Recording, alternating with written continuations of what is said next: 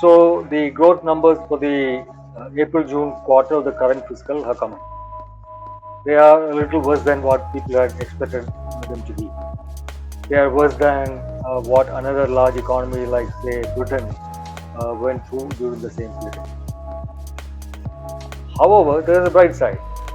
To the extent that growth is really bad in the first quarter of the current fiscal, that forms a low base from which growth in the first quarter of the next fiscal would appear to be a lot bouncier than it otherwise would have. So that's okay. Now there are some 2-3 features to this growth. One is that agriculture alone has turned in a positive rate of growth. The economy is broadly classified into 8 sectors, of which agriculture, forestry, and fishing is the only sector to have grown more than 3%. Which means that the share of agriculture in GDP in this quarter is nearly 18%, whereas in the previous corresponding quarters in the last 2 years, that share was a little over 13%. So, but this is a transient phase. There is nothing much to be read in. Construction got the biggest volume, declining 50%. And among the sectors that registered the least impact, you have two.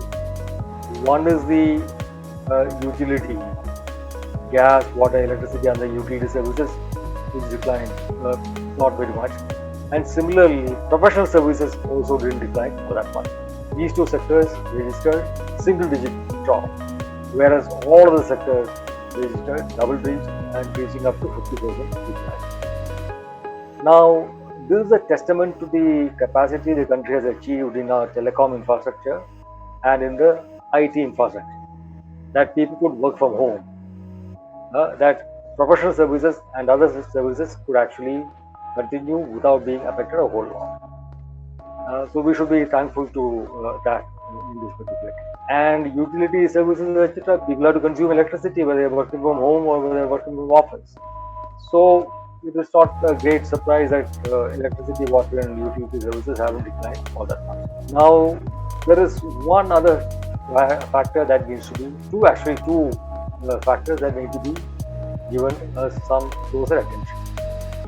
One is that the gap between the nominal growth rate and the real growth rate indicates the extent of price changes in the economy. Economy-wide price changes have been negative, prices have declined, whereas the consumer price index has actually gone up. Our central bank sets monetary policy based on the consumer price index. And because the consumer price index in the first quarter went up by more than 6% and went up even further later, the RBI says its hands are tied and it cannot cut rates. But if you look at the economy-wide prices, what the GDP numbers show is that these have been negative, which means that the heavens would not actually fall down if the RBI cut policy rates further.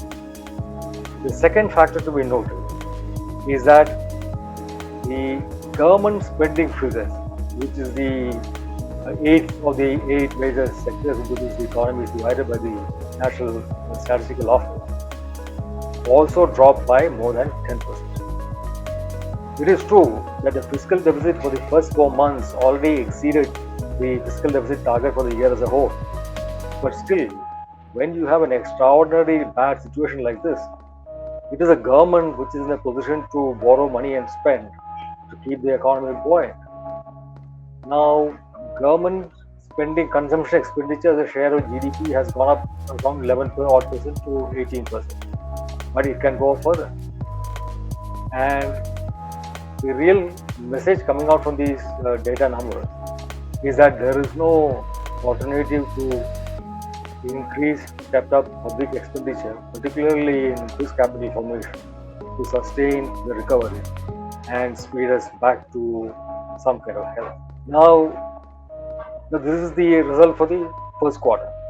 The second quarter numbers might not be as bad, although it will again be sharply negative. But third and fourth quarters should be a whole lot than what these are right now. But the result of the combined growth over the 4 quarters of the current fiscal, the economy declines 5%. To come back to the 2019-20 level, growth will have to be more than 8.4% in 2021-22. Only then we'll get back to the level of 2019-20. So there is no scope for any kind of relaxation, taking the foot off the pedal as far as the government is concerned on attempts to keep economic momentum high. And that calls for, when I say public spending, at least public inspired spending. It's not that the government has to spend money out of the consolidated fund. There could be money coming from the National Investment in Infrastructure Fund of India, assorted public sector, or the government could prompt various private equity and the sovereign wealth funds of other countries to invest in India's infrastructure. After all, the world is looking for safe returns because policy rates are zero or negative in the developed advanced markets. So pension funds and other pools of savings are looking for some positive return, decent return anywhere in the world. So if India can guarantee that we will generate positive growth, and if money is invested in this growth, we will hand over the investors decent returns. People will be only too happy to pour money into this economy. So this facilitation, this capitalizing investment flows from the rest of the world into India's infrastructure is what the government needs to focus, because that is the way to sustain recovery from the slump.